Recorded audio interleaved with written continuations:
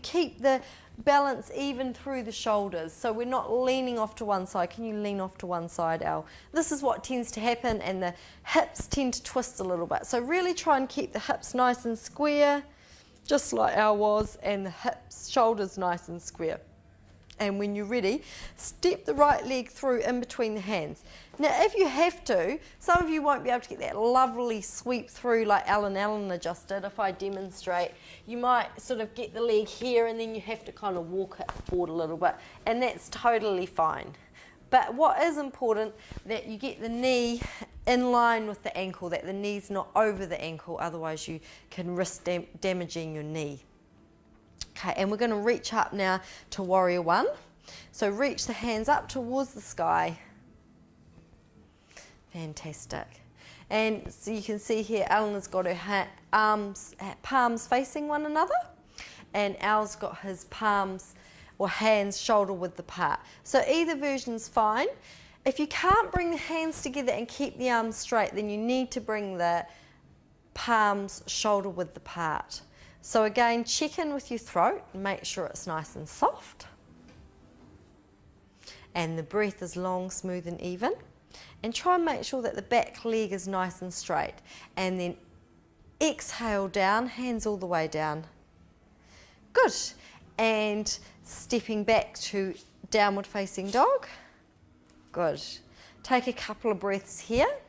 Downward dog is a recovery pose. Now, for you who are guys who are beginners or haven't done much yoga, downward dog doesn't ever feel like a recovery pose, but the more that you do it, the more it will. You'll find that it's a comfort pose that you'll really enjoy doing. Okay, and left side, lifting the left leg, three-legged dog. It's it, keeping the hips nice and square. It's it, weight into the shoulders nice and square. Good. That's it. And then the left leg through. And again, if you can't just sweep it through, take a couple of steps, that's fine. So you can see here with Al and Eleanor that they've got the back leg nice and long. So really try and keep that leg nice and long, really lifting up the kneecap, and then when you're ready, inhaling the arms up above the head. That's it. And this is quite a balanced pose because we've got the back heel off. So again, you really need to work on working the thighs, and in particular squeezing the outer hips in towards one another. So they're part of your core, and again, the sideways in towards the spine and the skin on either side of the navel in towards the spine, and that will all help your balance. Yeah, your core stability balance.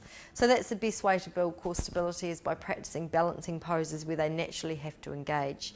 And exhale the hands all the way down. And stepping back to downward facing dog. Fantastic. And then what we're going to do here is we're going to bend the knees and come through to sitting on our bottom. So Al will demonstrate with a nice jump through, and Eleanor and I will just come through, crossing the legs through and sitting in Dandasana. And we're going to roll down through the spine. Rolling down through the spine, vertebrae by vertebrae, and then arms above the head. And then we're going to lift the legs up to 90 degrees. Good. Long, smooth and even breaths. And we're going to exhale the legs down to just off the floor. So exhaling, the legs are nice and straight to just off the floor here. Good. And then bending the knees into the chest. And legs all the way back up, feet all the way back up, and exhaling down. So working with the breath. So you might doing it a little bit faster than us or a little bit slower, and that's fine. And we're going to do 10 of them. Okay, and up again. Now what's important here is that the lower back is in contact with the floor. So it doesn't need to be pressed hard onto the floor, but it does need to be in contact. If it's arching, particularly when the legs come down, then what you need to do is you need to bend the knees. So I'm going to ask Eleanor to demonstrate this pose when you do the whole thing with bent knees. So you bring the legs, feet up a little bit, just to there, that's it, and then come down. So you can do it like this with the knees bent, yeah. If you have lower back problems, then this is definitely the variation that you should be doing with the knees bent. or if you know you've got weak abdominals, you haven't long had a baby, then you need to be doing the variation with the legs bent, okay? Make sure that you keep the breath and the throat soft. So again, as I mentioned earlier, to make sure that you're not straining, make sure that the throat is really soft. And when you've done your 10, you can have a hard-earned rest, little rest in Shavasana. Nice and spread. And the legs nice and strong with the knees together. So the tendency in this pose is for the knees to come apart. So you really want to keep them nice and together to keep the energy focused in on your core and your center.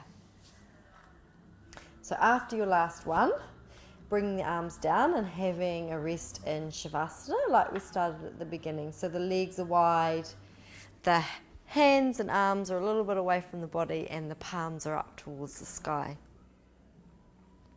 So just a few breaths here. We don't want to get too relaxed. And then when we're ready, inhaling the arms up above the head. And we're going to repeat, but we're going to do the circles the other way. So this time we'll bring our legs up to 90 degrees again. And this time bend the knees into the chest. And exhale the legs out nice and long along the floor out this way. Good, and then inhaling them all the way back up again.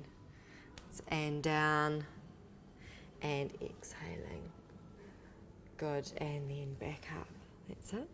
So again, if you're finding that the lower back's lifting off, it's really, really important that you take the bent knee variation, or if you find that you're getting a sore lower back, say after 4 or 5, then you probably need to make the circles smaller, or 4 or 5 is all you can do at the moment, and that will gradually build up with time.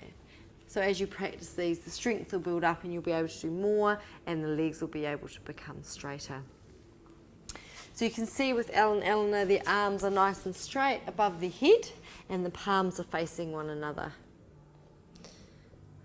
So again, for beginners, often the arms are bent, and the elbows are sort of pointing really up towards the sky. So you want to try and keep the elbows down as much as you can.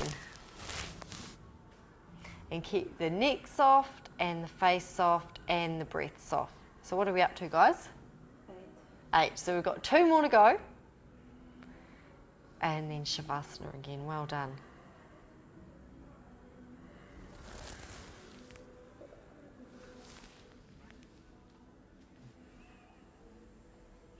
And then resting when you're ready in Shavasana.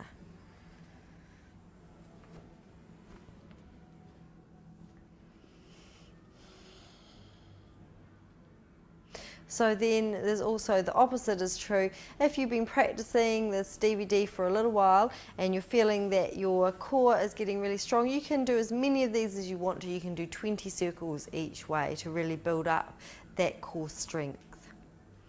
Okay, we're going to work on strengthening our lower back now, which is an area often overlooked and is also a reason why we get lower back pain as well, is from weak lower back. So we're going to roll onto our tummy. So if you guys roll over to your right and then just swivel your legs around behind. So the heads are at the front of the mat and we're laying down onto our tummies.